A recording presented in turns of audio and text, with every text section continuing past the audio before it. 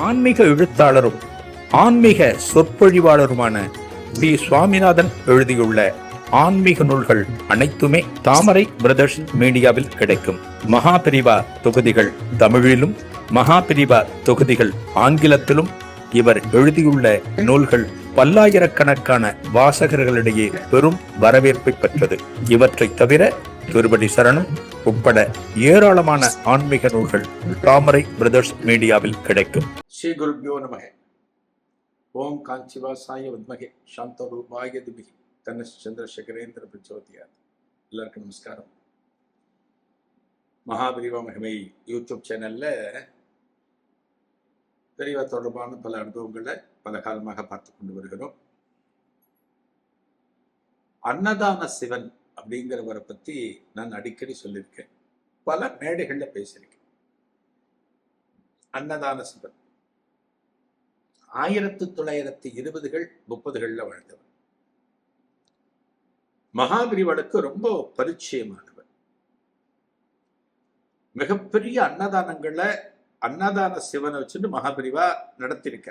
கும்பகோணத்துல 1933 நடந்த மகாமகம், அதை ஒட்டிய காலங்கள் நடந்த ஆலய திருப்பணிகள், கும்பாபிஷேகங்கள், ஆலய விசேஷங்கள், இதிலெல்லாம் மகாபிரிவா பெருமளவு அன்னதானங்களை இவர் வச்சு பண்ணியிருக்க. அன்னதான சிவன் அப்படின்னு பேரு.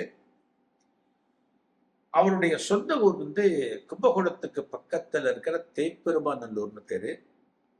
அவர் கடைசி காலத்துல திருபுவனம், எங்க திருடமருதூருக்கு முன்னாடி இருக்கு திருபுவனம், திருடமருது, கோவிந்தபுரம், குத்தாலம், ஆடுதுறை, குத்தாலம், இதெல்லாம் கும்பகோணம் டு மாயர் ரூட்டு. அந்த திருபுவனத்துல கம்பஹரேஸ்வரர்னு சிவன், அங்க இருக்கிற சரபேஸ்வரர் ரொம்ப விசேஷம். அந்த திருவோணம் திருத்தலத்துல கடைசி காலத்துல இருந்த. அதாவது நம்ம எல்லாம் என்ன நினைக்கிறோம், ஒரு மனுஷனா பிறந்த எல்லாருமே ஒரு மோட்சம், முக்தி, பிறவி பூர்த்தி ஆகணும்னு நினைக்கிறோம்.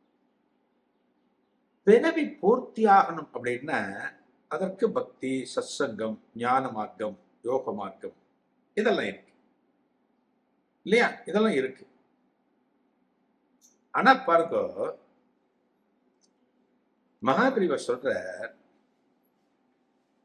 அன்னதானத்தின் மூலமாகவும் ஒருவன் மோட்சத்தை அடைய முடியும். இது அன்னதானம் புண்ணியம், அன்னதானம் பலன் கொடுக்கும், அதுல மாற்று கருத்தே கிடையாது. அன்னதானம் செய்யறது அத்தனை சாதாரண விஷயம் இல்லை. ஆனா அன்னதானத்தின் மூலமாக மட்டுமே மோட்சத்தை அடைய முடியும். பெரியவா சொல்ற. நம்மள என்ன நினைக்கிறோம், ஒரு மோட்சம் அப்படின்னா அந்த மோட்சத்துக்கு நம்ம ஏதோ புண்ணியம் எல்லாம் பண்ணியிருக்கணும், தான தர்மம் செஞ்சிருக்கணும், 4 பேருக்கு நல்லது செஞ்சிருக்கணும், அப்படிலாம் நம்ம நினைக்கிறோம். ஒரு சின்ன உதாரணம் சொல்றேன், சின்ன உதாரணம். இதே கருத்தை பகவான் ரமணர் சொல்லியிருக்க. இதே கருத்தை பகவான் ரமணர், அதை முதல்ல பார்ப்போம். பகவான் ரமணர் திருவண்ணாமலையில ஆசிரமத்தில் இருக்க.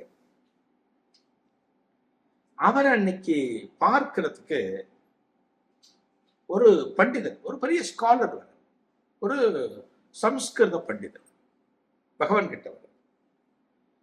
பகவானுக்கு நமஸ்காரம் பண்ணிட்டு பகவான் கிட்ட உட்கார்ந்து பல விஷயங்களை பேசிட்டு இருக்க. எது தொடர்பான விஷயங்கள்? முக்தி தொடர்பானது.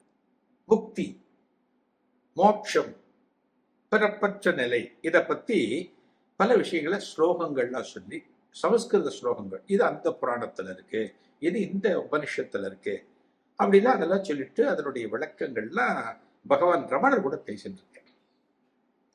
பகவான் ரமணரும் அவருக்கு பல விஷயங்கள்லாம் சொல்லி 2 பேரும் இன்ட்ராக்ட் பண்ணிட்டு இருக்கா, பேசிட்டு இருக்க. இன்னைக்கு இவருக்கு கைங்கரியம் செய்கிற ஒரு நண்பர், பகவான் ரமணருக்கு கைங்கரியம் செய்கிற ஒரு நண்பர் ஒருத்தர் இருக்கு, உதவியாளர் சொல்லுவோம். அந்த உதவியாளர் உள்ளூர்காரர், திருவண்ணாமலைக்கார், ரொம்ப பெரிய படிப்பெல்லாம் கிடையாது. பகவான் சொல்ற வேலை செய்வார், இதை கொண்டு அவர்கிட்ட கொடுத்துட்டு வா, அவன் இங்க வர சொல்லு, நீ போய் இந்த பொருளை இன்னார்ட்ட கொடுத்துட்டு வா. அந்த மாதிரி சின்ன சின்ன வேலைகளுக்காக பகவான் கூப்பிட்டா உடனே கைங்கரியம் செய்யக்கூடிய ஒரு பணி. அவருக்கு வேதம், மந்திரம், தியானம் எதுவுமே தெரியாது. எதுவுமே தெரியாது.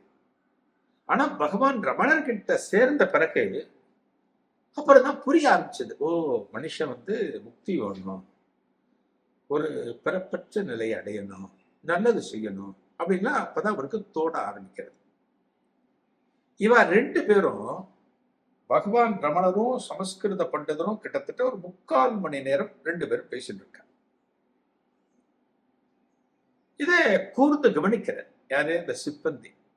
அவருக்கு சமஸ்கிருதம் தெரியாது, ஆனா கவனிக்க ஆச்சரியத்தோடு பார்க்கல. ஓஹோ, இவ்வளவு விஷயம் இருக்கோ, முக்தினா இவ்வளவு விஷயம் போல இருக்கு, முக்தி அடையணும்னா ஸ்லோகம்லாம் சொல்லணும் போல இருக்கு, சமஸ்கிருதெல்லாம் தெரிஞ்சுக்கணும் போல இருக்கு அப்படின்னா அவர் நினைச்சுட்டு இருக்காரு.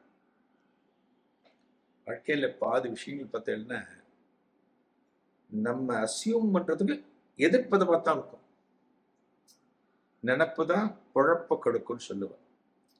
நம்ம என்னன்னா, மனுஷனோட நேச்சர் என்ன அப்படின்னா, பை டிஃபால்ட்டா நம்மளாம் எப்படி செட் ஆயிருக்கும் அப்படின்னா, நம்ம பஸ்ஸுக்கு கிளம்புற போதே ஒரு பஸ் இன்னைக்கு லேட்டா வருமோ நம்ம நினைப்போம். அன்னைக்கு பார்த்து லேட்டா தான் வரும். பஸ் இன்னைக்கு கரெக்ட் டைத்துக்கு வந்துடும். இன்னைக்கு நம்ம நினைச்சு இன்னைக்கான போறோமா, ஒரு ரயிலை பிடிக்க போறோம், இந்த ரயில் ஷார்ப்பா கிளம்பிடும், கரெக்டா பிடிக்காத்தால் 5:45 மதுரைக்கு போயிடும், டைப் பண்ணி போடும். நம்ம நினைக்கிறோமா, ஐயோ லேட்டா போகணுமே, லேட்டா போயிடுத்து என்ன பண்றது, நம்ம எல்லாம் இப்படி அசீவ் பண்ணிக்கிறோம். அது போல இந்த சிப்பந்தி என்ன நினைக்கிறார், ஓ மோட்சம்னா இதெல்லாம் தெரியணும் போல இருக்கு, இதெல்லாம் தெரியலன்னா மோட்சம் கிடைக்காது போல இருக்கு அப்படின்னு நினைக்கிறேன். ஒரு 3/4 மணி நேரம் பேசி முடிச்சுட்டு அந்த பண்டிதர் கிளம்பிட்டார். பண்டிதர் போன உடனே பகவான் ரமணர் என்ன பண்ற, தன்னோட சிப்பந்தியை கூப்பிடுற.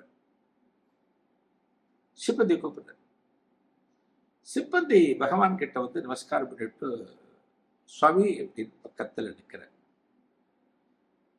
பகவான் கேட்கிற, என்னடா ரொம்ப நேரமா ஏதோ யோசனையில இருந்த போல இருக்கு, நாங்க 2 பேரும் ஒரு 3/4 மணி நேரமா பேசிட்டு இருந்திருக்கோம், இதெல்லாம் நீ காதுல வாங்கிட்டு இருக்க, உனக்குள்ள ஏதோ ஒரு யோசனை எல்லாம் ஓடிட்டு இருக்க போல இருக்கே, உன்னோட மனசுல ஏதோ கேள்விகள்லாம் ஓடிட்டு இருக்கு போல இருக்கே அப்படின்னு பகவான் ரமணர் கேட்கிறார்.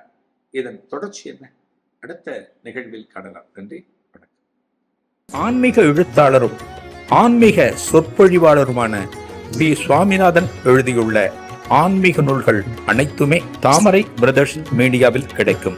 மகாபிரிவா தொகுதிகள் தமிழிலும், மகாபிரிவா தொகுதிகள் ஆங்கிலத்திலும் இவர் எழுதியுள்ள நூல்கள் பல்லாயிரக்கணக்கான வாசகர்களிடையே பெரும் வரவேற்பை பெற்றது.